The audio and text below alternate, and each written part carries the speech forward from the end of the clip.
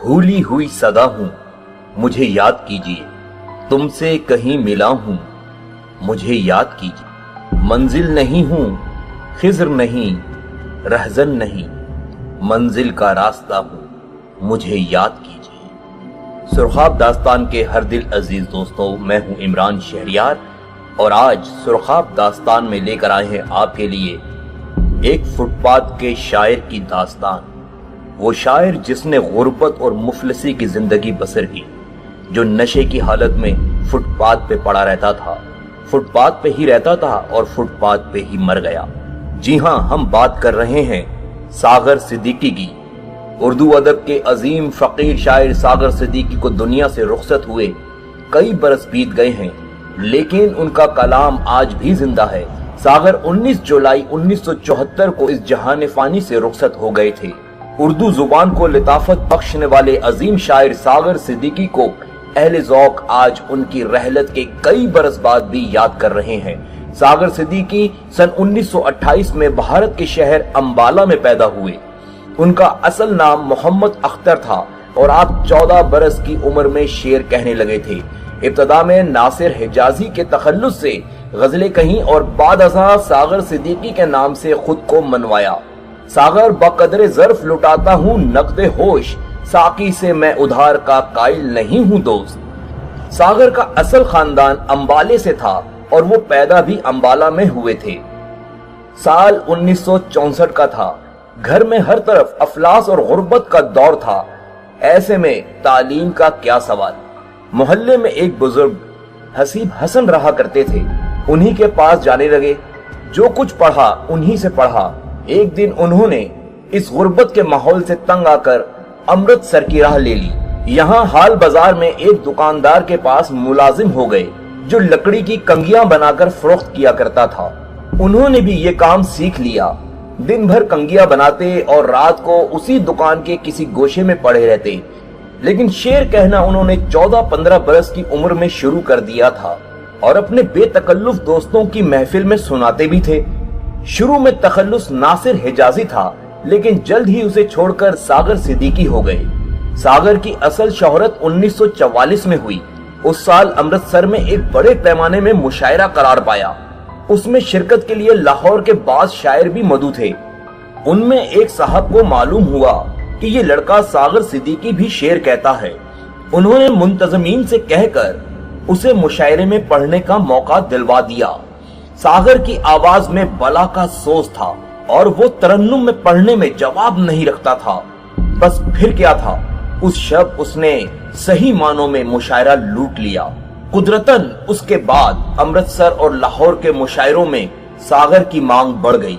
अब उसने कंगियां बनाने का काम छोड़ दिया और बाज सरपरस्त अहबाब की मदद से अपना इल्म और सलाहियत बढ़ाने की कोशिश की।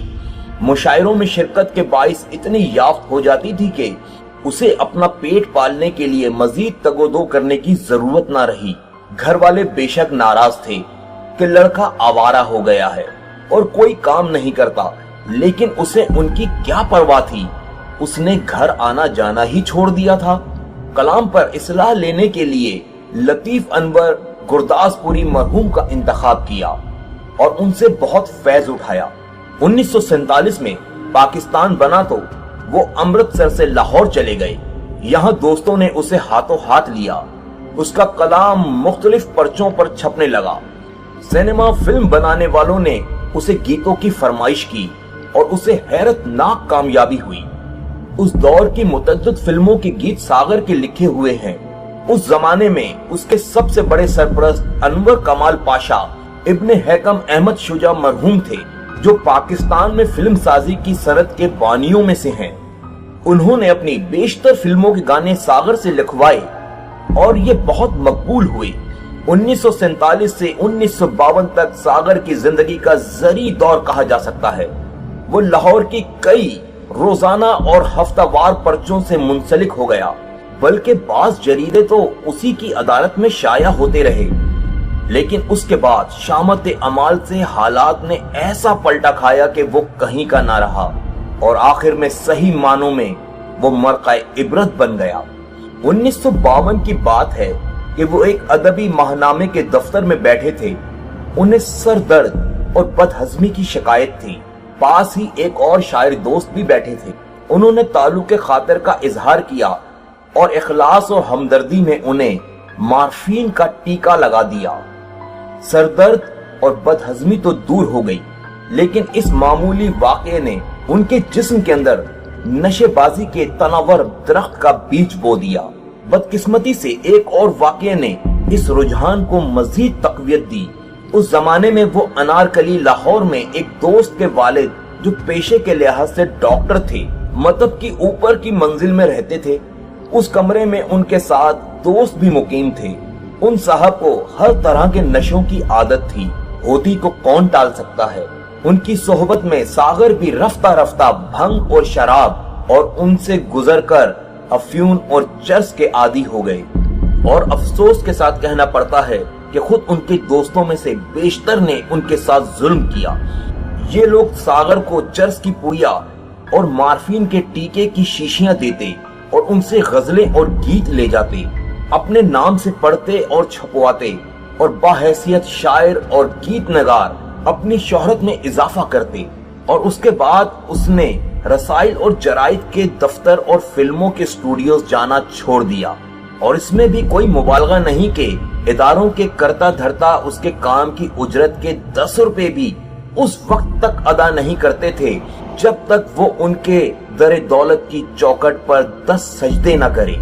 इस अमल ने सागर के मिजाज की तलखी और दुनिया बेजारी और हर वक्त बेखुद रहने की ख्वाहिश में इजाफा किया और सागर बिल्कुल आवारा हो गया। नौबत बाएं रसीद के कभी वो नंग धड़ंग एक ही मैली कुचैली चादर ओढ़े और कभी क्षेत्रों में मलबूस बाल बिखराए नंगे पांव मुंह में बीड़ी या सिगरेट लिए सड़कों पर फिरता रहता और रात को नशे में धुत मदहोश कहीं किसी सड़क के किनारे किसी दुकान के थड़े या तख्त के ऊपर या तख्त के नीचे सो जाता। और अब उसकी ये आदत हो गई कि कहीं कोई अच्छे वक्तों का दोस्त मिल जाता तो उससे एक चवन्नी तलब करता।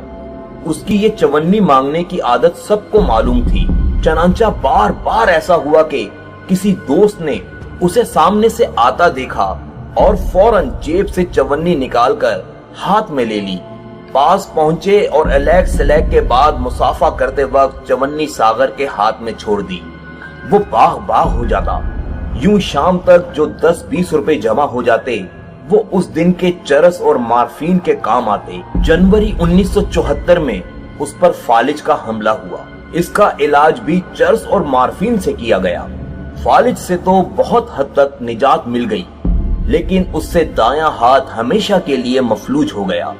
फिर कुछ दिन बाद मुंह से खून आने लगा और जो 2-3 दिन तक जारी रहा। उन दिनों खुराक बराए नाम थी। जिस्म सूख कर हड्डियों का ढांचा रह गया था। सबको मालूम था कि अब वो दिन दूर नहीं जब वो किसी से चवन्नी नहीं मांगेगा। चुनांचा 19 जुलाई 1974 की सुबह जब लोग बेदार हुए तो देखा कि सड़क किनारे एक स्याह गठरी सी पड़ी है। करीब आए तो मालूम हुआ कि अपने वक्त का नामवर बेरोजगार शायर सागर सिद्दीकी इस जहाने फानी से रुखसत हो चुका है। जिंदगी जबरे मुसलसल की तरह काटी है, जाने किस जुर्म की पाई है सजा याद नहीं। आप लाहौर के मियानी साहब कब्रिस्तान में आसूदा खाक है। सागर नशे की आगोश में जाने से कबल एक नामवर शायर थे। इसी सबब उनका कलाम नाशिरों ने उनके नाम से छापा और ये गोहरे नायाब जाया होने से बच गया। वफात तक उनके कुल 6 मजमुए गमे बहार, जहरे आरजू, लोहे जुनून, सब्ज गुंबद और शबे आगही मंजरे आम पर आ चुके थे। सागर ने गजल, नज्म, कता, रुबाई, नात, गीत, अलगर्ज हर सनफे सुखन में तबा आजमाई की है। आओ एक सजदा करें आलम मदहोशी में। लोग कहते हैं कि सागर को खुदा याद नहीं। जी चाहता है कि यहाँ उसकी जिंदगी का एक और वाकया आप तक पहुंचाऊं। अक्टूबर 1958 में पाकिस्तान में फौजी इनकलाब आया। मोहम्मद अयूब खान फील्ड मार्शल 1974 में बरसरे इक्तदार आ गए और तमाम सियासी पार्टियां और सियासतदान जिनकी बाहमी चपकलिश और रस्सा कशी से अवाम तंग आ चुके थे, उर्फ गलत की तरह फरामोश कर दिए गए। लोग इस तब्दीली पर वाकई खुश थे। सागर ने इसी जज्बे का इजहार एक नज्म में किया है। उस नज्म का एक मिसरा ये था, किया है सब्र जो हमने, हमें अय्यूब मिला। ये नज्म जनरल मोहम्मद अय्यूब खान की नजर से गुजरी या गुजारी गई। उसके बाद जब वो लाहौर आए तो उन्होंने ख्वाहिश जाहिर की कि मैं इस शायर से मिलना चाहता हूँ जिसने ये नज्म लिखी थी। अब क्या था, नफाज़े कानून के इदारे और खुफिया पुलिस और नौकरशाही का पूरा अमला हरकत में आ गया और सागर की तलाश शुरू हो गई। लेकिन सुबह से शाम तक की पूरी कोशिश के बावजूद वो हाथ ना लगा। उसका कोई ठौर ठिकाना तो था नहीं जहां से वो उसको पकड़ कर ले जाते। पूछ गूछ करते हुए सरे शाम खुफिया पुलिस के एहलकार दाता दरबार के सामने एक पान की दुकान पर पहुंचे जहां चंद लोग खड़े थे। उन चंद लोगों से शायर सागर सिद्दीकी की रहायशगाह के मुताल्लिक पूछा तो उन खड़े चंद लोगों ने तंजिया लहजों के साथ हंसते हुए कहा, क्या रिहाइशगाह? कैसी रिहाइशगाह? कौन सा सागर? कौन सा शायर? अरे आप उस चरसी और भंगी आदमी से क्या तवक्को रखते हैं? और फिर खड़े उन चंद लोगों ने इशारा करते हुए कहा कि वो देखें सामने पड़ा है चरसियों और भंगियों के झुरमुट में। जब वो अय्यूब साहब का भेजा हुआ वफ्द सागर सिद्दीकी के पास गया और उनको अय्यूब खान का पैगाम दिया तो सागर सिद्दीकी साहब कहने लगे, जाओ उनसे कह दो कि सागर की किसी के साथ नहीं बनती, इसीलिए सागर किसी से नहीं मिलता।